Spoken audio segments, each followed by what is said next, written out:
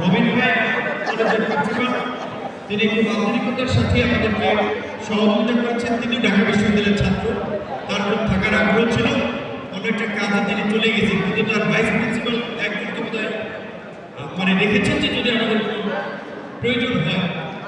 College কর্তৃপক্ষকে ধন্যবাদ যে তারা আমাদেরকে এই প্রোগ্রামটা করার সুযোগ করে দিয়েছে।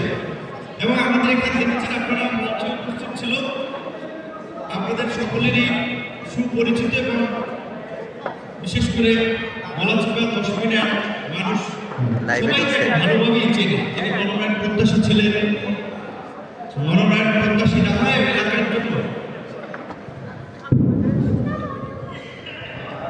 এলাকার ব্যক্তিগত উদ্যোগে এবং পারিবারিকভাবে তারা এলাকার মানুষকে সহায়তা থেকে শুরু করে স্কুল, কলেজ, মাদ্রাসা প্রতিষ্ঠায় অনেক ভূমিকা রেখেছে। জ্ঞানী কলেজটা আজকে এত ছাত্র এই জট থেকে পড়ে ইন্টারমিডিয়েট পড়াশোনা শেষ করে ঢাকা আসে কিংবা অন্য জায়গায় ভর্তি হয়, এইটা মোস্তফা মেয়েরা ছাড়া সম্ভব হতো না। এই কলেজটা প্রায় 6 বছর 2003 থেকে তারা এমপিভুক্ত হওয়ার আগ পর্যন্ত নিজেরা বেতন দিয়েছে তারা টিচারদের। তারপরে সালেহা খাতুন মাদ্রাসা এবং বলা চলে চরকাজল বিশেষ তো বটেই, গলাচিপা 10 মিনিট এমন কোনো গ্রাম পাড়া মহল্লায় নেই যে এলাকায় মোস্তফা এবং কাপুর নাম পৌঁছেছে। এটা সবাই জানে। তো তিনি সভাপতিত্ব করছিলেন, আজকে প্রোগ্রামে উপস্থিত ছিলেন।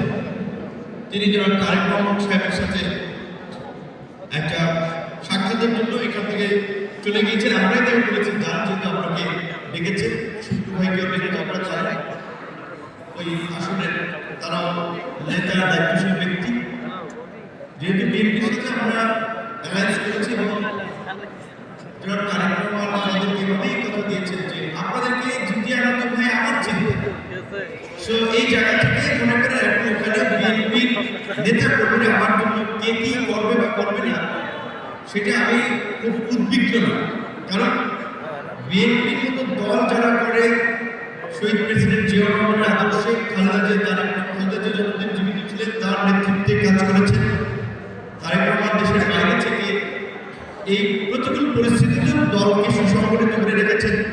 কাজে তার নির্দেশনার বাইরে বিএনপির কোনো নেতা কর্মী যাবে বলে আমি বিশ্বাস করি।